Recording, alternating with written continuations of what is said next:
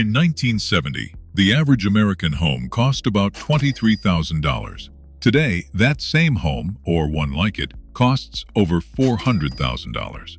That's not a typo. The price of a typical house in this country has increased more than 17 times in just over 50 years. But here's the part that really hurts. In 1970, a regular worker earning a regular salary could buy that home on a single income. Today, even with two incomes, many families can barely afford the monthly payment.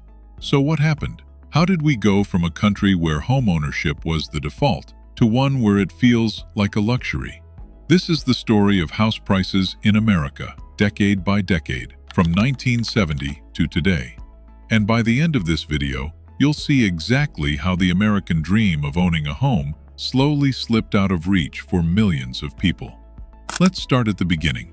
In 1970, America was in the middle of a post-war housing boom. Suburbs were expanding everywhere. Families were buying homes in record numbers.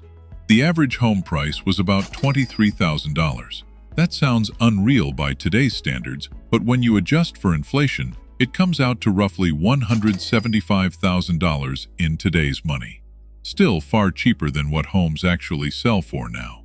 That price-to-income ratio is the number that tells the real story. A home cost about 2.3 times what a family earned in a year. That's incredibly affordable. Most homes were simple. 3 bedrooms, 1 bathroom, maybe 1,200 square feet. No granite countertops, no open-concept layouts, no home theater rooms. Just a solid house with a yard. And the mortgage? A family could pay it off with a single income and still have money left for groceries, a car, and a family vacation. Homeownership wasn't a stretch. It was just what you did. Down payments were reasonable too. Putting 10 or 20% down on a $23,000 home meant saving $2,000 to $5,000. That was doable for most working families within a few years. The homeownership rate in 1970 was about 63%. Nearly 2 out of every 3 American households owned their home.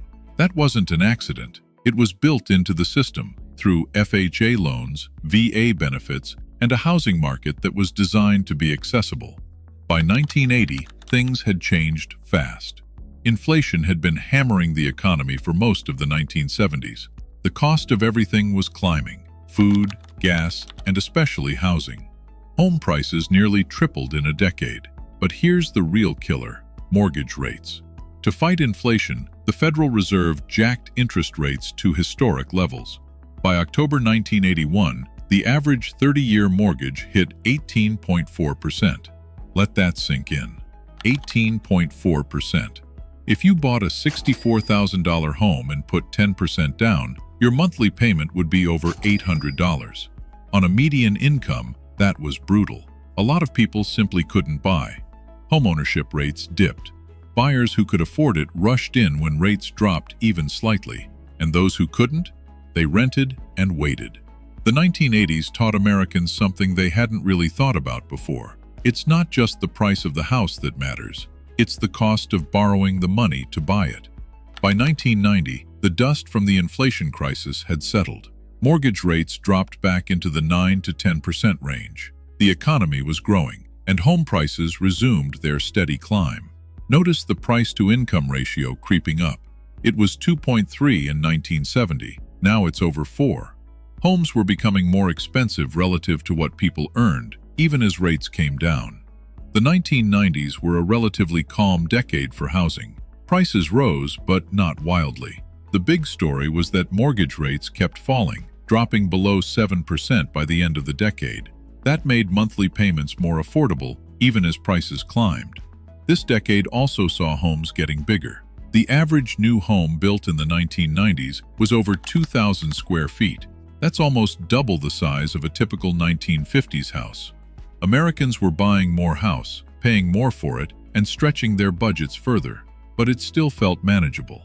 A middle-class family with 2 incomes could buy a home in most cities. Not easily, but they could do it. Then came the 2000s, and the housing market went into overdrive. After the dot-com crash in 2000, the Federal Reserve slashed interest rates to stimulate the economy. Mortgage rates dropped below 6%. Money was cheap, and banks started handing out loans to almost anyone who applied. Home prices jumped over 50% in just 6 years. In some cities, Las Vegas, Phoenix, Miami, parts of California, prices doubled or even tripled. This was the era of the subprime mortgage. Banks offered loans with little or no money down, adjustable rates that started low and ballooned later, and minimal income verification. People who couldn't realistically afford a home were approved for mortgages anyway. Real estate became a national obsession. Flipping houses was a TV show and a side hustle. Everyone believed prices would keep going up forever. They didn't. In 2007, the bubble started to crack. By 2008, it collapsed completely. Home prices plummeted. Millions of homeowners found themselves underwater, meaning they owed more on their mortgage than their home was worth. Foreclosures exploded. Entire neighborhoods had rows of empty houses with bank-owned signs on the lawn. The national average dropped about 19%, but in the hardest-hit markets, it was far worse. Some areas in Nevada, Florida, and Arizona saw prices fall 40 to 60%. Banks that had packaged risky mortgages into financial products collapsed. Lehman Brothers went bankrupt. The stock market cratered. The entire global economy tipped into recession. For a generation of Americans, this was a defining financial trauma. People lost their homes, their savings, and their trust in the system. Home ownership went from the American dream to a financial nightmare for millions. And it wasn't just homeowners who suffered. Renters were displaced too, as landlords lost properties to foreclosure. Entire communities were hollowed out. Property tax revenue collapsed, which meant fewer resources for schools, roads, and public services. For young people who watched their parents lose everything, the crash left a lasting scar. A whole generation became skeptical of the idea that buying a home was automatically a good investment. It would take nearly a decade for prices to recover. The 2010s started slowly. Home prices bottomed out around 2011 and 2012, and then began a long, steady climb back up. Several forces drove the recovery. Mortgage rates fell to historic lows, dipping below 4% for the first time ever. That made borrowing cheaper and pulled buyers back into the market. But at the same time, builders weren't building enough homes. After getting burned in the crash, construction companies were cautious. New housing starts lagged behind demand for years. So as buyers returned, there simply weren't enough homes to go around. By the late 2000s, bidding wars were back. Investors, including hedge funds and private equity firms, started buying up single-family homes to rent them out, adding even more competition for regular buyers. The price-to-income ratio climbed above 5 for the first time. A home that cost 2 years' salary in 1970 now cost 5 years' salary. And for many young people, saving for a down payment felt impossible. Then the pandemic hit, and the housing market went completely haywire. In 2020, mortgage rates cratered to under 3%, the lowest in American history. At the same time, millions of people were working from home and wanted more space. Demand surged. Supply didn't. Prices surged nearly 46% in just 2 years. That was one of the fastest increases in American history. Homes that were listed on a Monday were under contract by Wednesday. Buyers were offering $50,000 over asking price, waiving inspections, doing whatever it took. Then in 2022, the Federal Reserve started raising interest rates to fight inflation.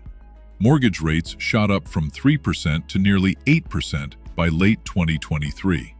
The monthly payment on a median-priced home roughly doubled. Prices cooled slightly but never crashed. By late 2025, the median home still costs over $400,000. Mortgage rates have come down to around 6%, but that's still double the pandemic lows. And many homeowners who locked in low rates refused to sell, keeping inventory tight. The result? A market that's frozen for many Americans. Prices are too high, rates are too high, and the math just doesn't work for millions of families trying to buy their first home. First-time buyers now make up the smallest share of the market in decades. The average age of a first-time homebuyer has crept up into the mid-30s. And in expensive cities like San Francisco, Austin, and New York, even six-figure earners struggle to afford a starter home. The gap between those who own and those who don't is wider than it's been in a generation. So let's take one final look at the full journey. In 1970, the median home cost $23,000, about 2.3 times the median income. A single earner with a normal job could buy it, pay it off, and own it outright.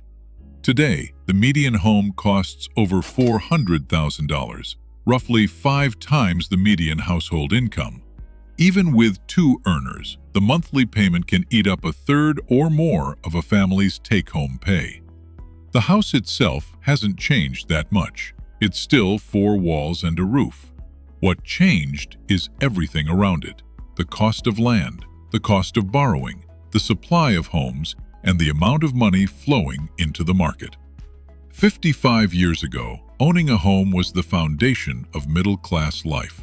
Today, for a growing number of Americans, it's a goal that keeps moving further away. And that's not just a housing problem. That's an everything problem.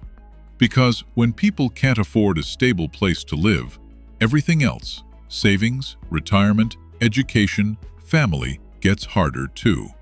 And for many people today, the question isn't when they'll buy a home, it's whether they'll be able to at all.